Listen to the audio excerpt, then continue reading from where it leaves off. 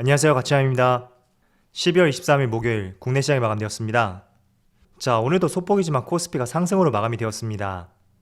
지금 보시면 0.46%의 상승을 보여주었고, 그리고 코스닥을 보면 코스닥도 마찬가지로 0.3%의 상승을 보여주었습니다. 그래서 최근에 변동성이 좀 줄어들었다는 측면에서 저는 시장에 많은 점수를 부여하고 싶고요. 어쨌든 내일도 좋은 마무리를 보여줘야 되겠죠. 자, 이어서 시가총액 상위 종목들을 살펴볼게요. 자, 오늘은 코스피 시가총액 상위 종목 내에서 자동차 관련주가 조금은 강세를 보여주었던 것 같아요. 현대차, 기아, 현대모비스 비교적 강세를 보여주었고, 오랜만에 2차전지 대형주도 강세를 보여주었죠. 그리고 반도체 관련주는 여전히 좋은 모습을 보여주고 있고, 그리고 인터넷 관련주들은 조금은 부진한 모습을 보여주었습니다. 그리고 코스닥. 자, 코스닥 내에서는 2차전지 소재 기업들 에코프로비엠, LNF, 첨보 마찬가지로 양호한 모습을 보여주었고, 오늘은 게임주가 조금은 약세 흐름을 보여준 것 같아요. 그리고 바이오 종목들도 약세를 보여주었죠. 자, 이어서 코스피의 수급을 살펴보면 오늘도 외국인이 3거래일 연속으로 순매수를 보여주었고, 기관도 마찬가지로 3거래일 연속으로 순매수를 보여주었습니다. 반면에 거래대금이 10조 원을 채 돌파하지 못하고 있는데 아마도 연말까지는 이런 흐름이 나올 것 같아요. 그리고 다시 수급이 들어오게 된다면 아마도 배당락 이후 아니면 내년 초부터 다시 코스피로 수급이 들어오지 않을까, 그렇게 생각하고 있습니다. 그리고 코스닥. 자, 코스닥도 마찬가지로 오늘 기관과 외국인의 동반 순매수가 들어왔습니다. 그리고 삼성전자를 살펴보면 오늘도 외국인의 순매수가 들어왔고, 기관도 마찬가지로 순매수를 보여주었네요. 외국인은 12월 들어서 17거래일 동안 단 이틀을 제외하고 지금까지 모두 매수세를 보여주고 있습니다. 자, 그리고 하이닉스는 외국인의 소폭의 순매도가 있었고, 그래도 기관은 여전히 순매수를 보여주었습니다. 그리고 오랜만에 반등이 나왔던 삼성 SDI, 하지만 여전히 외국인의 순매도는 이어지고 있고 기관만 나홀로 순매수를 보여주었죠. 자, 이어서 주체별 매매 동향에 대해서 살펴보도록 하겠습니다. 12월 23일 외국인이 가장 많이 매수한 종목은 삼성전자, LNF, LG이노텍, HMM, 셀트리온 이렇게 다 종목을 순매수 상위 종목 올렸습니다. 자, 오늘도 삼성전자를 정말 압도적으로 많이 매수했네요. 이어서 기관도 마찬가지로 삼성전자, LG전자, 현대모비스, 삼성전기, 삼성 SDI 이렇게 다 종목을 순매수 상위 종목 올렸습니다. 자, 이어서 오늘 종료되었던 미국 시장 흐름부터 살펴보겠습니다. 일단 S&P 500은 1% 상승을 보여주었고 이틀 연속으로 양봉이 크게 나왔네요. 그리고 나스닥도 1%의 상승과 함께 이틀 연속으로 강한 양봉을 보여주었습니다. 그리고 다우지수도 마찬가지로 0.7%의 상승을 보여주었고 흐름이 유사하죠. 그래서 오늘도 어제하고 굉장히 비슷한 흐름이었던 것 같아요. 새벽에 종료되었던 미국 시장 흐름이 양호하다 보니까 국내 시장도 오전장에 갭상승으로 출발하였다고 볼 수 있는 것 같습니다. 자, 그래도 미국 시장보다는 그렇게 상승폭이 크다고는 볼 수가 없겠죠. 자, 물론 다른 아시아 국가도 살펴보면 일본은 0.4%, 대만도 0.5%, 중국은 0.1%의 상승을 보여주면서 국내 시장도 이 범위 안에서 비슷한 움직임을 보여주는 것 같습니다. 자, 최근에 반도체 흐름이 굉장히 우호적이다 보니까 삼성전자도 이번 달에만 10% 이상의 상승이 나오고 있습니다. 자, 그렇다 보니까 이쯤 돼서는 그런 궁금증이 생기는 것 같아요.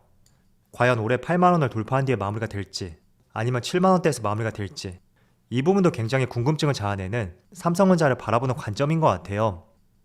저는 개인적으로 8만원을 돌파한 뒤에 마감되지 않을까 라고 기대감을 갖고 있지만, 어쨌든 이거보다 중요한 것이 앞으로 계속 업황이 개선될 수 있고 지금과 같은 흐름이 유지될 수 있는지, 그게 가장 중요하겠죠.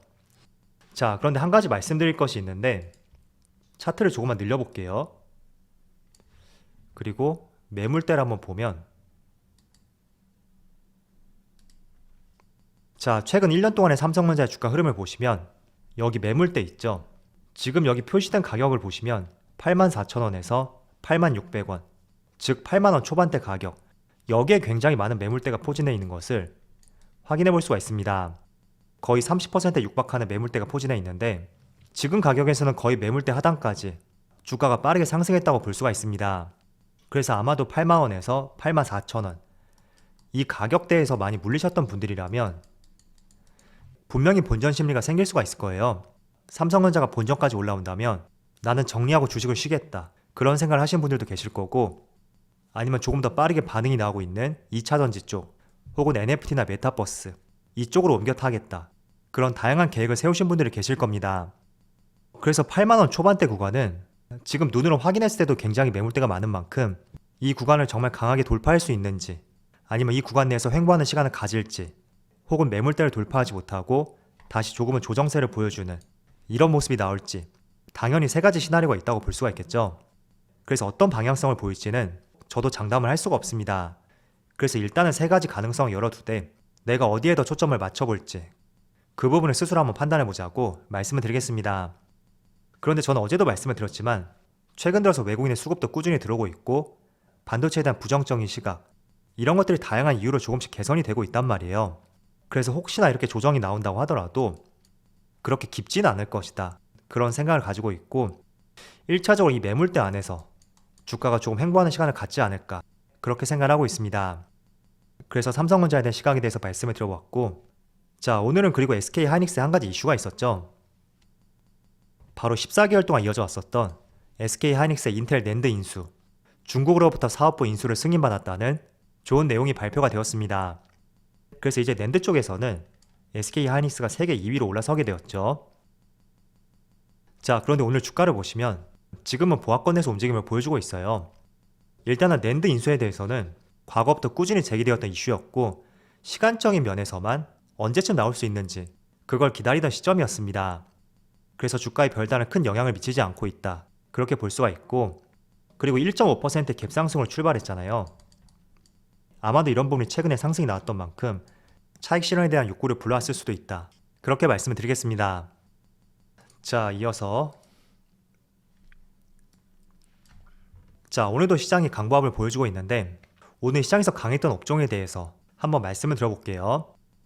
자, 일단은 첫 번째로 오늘도 반도체 관련주죠. 물론 대형주는 그렇게 큰 상승이 나오지 않고 있는데 오늘은 중소형주의 상승이 돋보였던 하루였다고 볼 수가 있습니다. 자, 그리고 반도체 관련주가 강세를 보이다 보니까 MLCC 관련주죠. 삼성전기를 비롯해서 사막 콘덴서 등등 MLCC 관련주도 강세를 보여주었고, 그리고 두 번째로 오랜만에 2차전지. 일단은 2차전지는 어제 테슬라가 굉장히 강세 흐름을 보여주었어요. 머스크가 주식 매각을 다 끝낸 것으로 보인다 라는 로이터 통신의 발표가 나옴에 따라서 어제 굉장히 강세를 보여주었고, 그동안 많이 쉬었던 측면이 있었기 때문에 반발 매수세가 많이 유입이 되지 않았나, 그렇게 생각을 하고 있습니다. 그래서 2차전지는 대형주뿐만 아니라 소재기업들, LNF, 포스코 케미칼, 대주전자재료, 그리고 동박기업들 모두 강세를 보여주었고, 또 5G도 오늘 소폭이나마 강세를 보여주었습니다. 그리고 무엇보다도 오늘 강세를 보여주었던 것이 바로 애플과 관련주. 자, 애플과 관련주는 한 가지 이슈가 있었어요. 자, 최근에 애플과 바람이 조금씩 불고 있는데 우리가 알고 있는 것은 2025년에 애플의 완전 자율주행차가 나올 것이다, 그렇게 알고 있었습니다. 그런데 대만 언론에 따르면 무려 2년을 앞당겨서 내년 9월에 나올 것으로 전망을 하고 있고, 그 근거 중에 하나로 대만 내에 많은 애플 협력사가 있는데 자동차 부품 공장을 건설하거나 기존 공장을 이전하는 기업도 있고, 또 일부 기업은 증설하고 있는 움직임을 보여주고 있다, 이런 여러 가지 이유를 들면서 생각보다 조금 더 빨리 나올 수 있다 라는 의견을 제시를 하였습니다. 그래서 오늘 대체적으로 애플과 관련주가 굉장히 강세를 보여주었고, 대표적인 종목이 LG전자죠. 지금 현재 5%, 6%의 상승을 보여주고 있고, 또 대표적인 애플과 관련주 LG이노텍도 6%의 상승을 보여주고 있습니다. 그리고 현우산업도 마찬가지로 6%의 상승을 보여주고 있고, 대부분의 종목들이 6% 가까운 상승이네요. 자, 어쨌든 애플과 관련주는 과거에는 연속성이 없다 라는 인식들이 지배적이었다면 최근에는 계속해서 이슈가 나오고 있어요. 그래서 올 초에 현대차에서 애플카를 생산할 것이다 라는 첫 기사가 나올 당시에는 재료의 연속성이 없었다고 볼 수 있습니다. 그런데 최근에는 계속해서 이슈가 나오고 있고, 조금 더 구체적인 내용과 함께 기대감이 조성이 되고 있는 것 같아요. 그래서 애플과 관련주, LG전자, LG이노텍, 현우산업 한번 관심을 가져보고요. 자, 오늘 애플과 관련주가 상승을 보이다 보니까 관련 생태계 업종들 있죠. 그쪽 업종들도 강세를 보여주고 있습니다. 자, 그런데 이런 현상이 오늘만 나온 것도 아니고 항상 애플과 이슈가 나올 때마다 같이 관련주로서 여러 가지 생태계가 조성이 되고 있는 것 같아요. 자, 대표적으로 오늘 애플과 관련주가 강세를 보이다 보니까 디스플레이 쪽, 그리고 세 번째로 말씀드렸던 5G, 반도체 모두 관련 업종이라고 볼 수가 있겠죠. 그리고 패키지 기판. 패키지 기판은 한 달 정도 쉬어갔던 모습이 나왔는데 오늘 오랜만에 강세 흐름을 보여주고 있습니다. 한번 종목을 살펴보면, 자, 제가 한 달 전쯤에 말씀을 드렸을 거예요. 대표적으로 심텍. 아마 이 당시에 장대 양봉이 나왔을 때 그때 주말을 활용해서 말씀을 드렸는데 패키지 기판에 대한 업황에 대해서 말씀을 드렸었고, 그렇지만 최근에 강한 상승이 나왔던 만큼 단기 고점일 수도 있다 라는 의견을 제시해 드렸습니다. 그런데 정확하게 한 달 정도 쉬었죠. 그리고 나서 최근에 반등을 보여주었고 오늘은 10% 가까운 급등을 보여주고 있습니다. 그리고 패키지 기판 관련주 대부분이 상승을 보여주고 있죠. 대덕전자, 해성DS, 코리아서키트, 또 삼성전기하고 LG이노텍, 이 두 종목은 패키지 기판 관련주라고도 볼 수 있는데 그 외에도 많은 재료를 내포한 기업들이죠.